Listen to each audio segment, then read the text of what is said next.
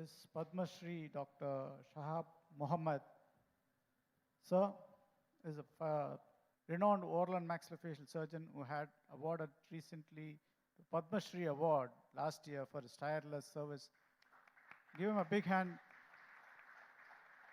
He is the Dean of Faculty of Dental Sciences and Head of the Department of Oral and Maxillofacial Surgery at KGMC, Lucknow.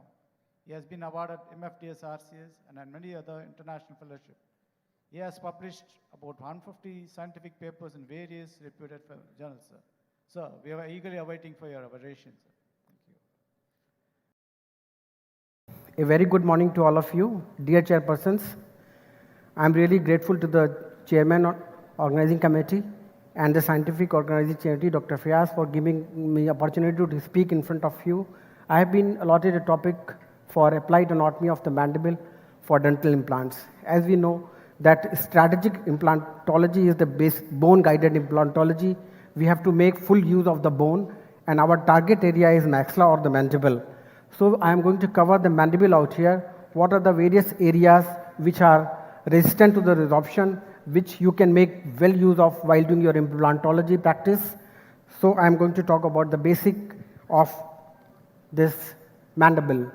So as everybody knows that mandible is developed from the two, development-wise it is made up of two Michel's cartilage. They are developing in the 6th weeks of the intrauterine life, and they just grow downward and forward, and in between they unite and form the U-shaped mandible. So sometimes there is a confusion whether it is a single bone or it is a double bone.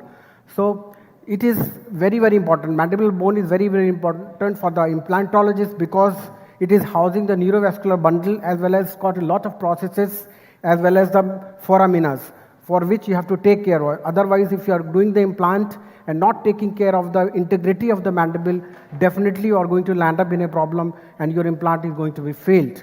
So as you see the shape of the mandible, it is the largest and strongest bone of the lower facial region, and it articulates with the temporal area by means of temporomandibular joint. It is the only movable bone of the facial skeleton except that ear ossicles, they are also movable. So various processes which does it have its coronoid process, condylite process, then it has got lot of protuberances and that bone resorption resistant area like external oblique ridge and anterior border of the ramus of the mandible at the lingual flange area. So these are various areas of the mandible which is bone resistant. So this is the body of the mandible. This has got an external surface as well as internal surface, and there is got two borders, superior border and inferior border. Superior border is very, very important. That is the alveolar border. We are going to do the most of the time implants. Then onto the lingual side, there is a mylohyoid ridge where a lot of muscles and structures they attach it onto that side, on the lingual side. Then external surface of the mandible has got an external oblique line, which is also resistant to the resorption. Alveolar process, they resolve definitely in different individual, they resolve in a different way.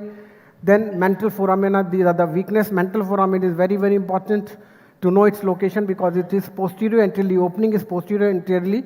So once you are going to do the implantology in the anterior mandible, you should know where to give local anesthesia, otherwise you will not be able to anesthetize that area. Then mental protuberances is also there, which are again a resistant resorption area, and mental tubercle are also there. On the inner surface, there is a mental spines where the genioglossus and geniohyoid muscles are attached, and the lower border, the anterior belly of the digastric is attached.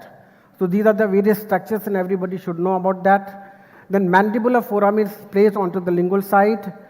That there is again on the inner side there is a mylohyoid line, sublingual and submandibular fossa which house the sublingual gland and submandibular gland.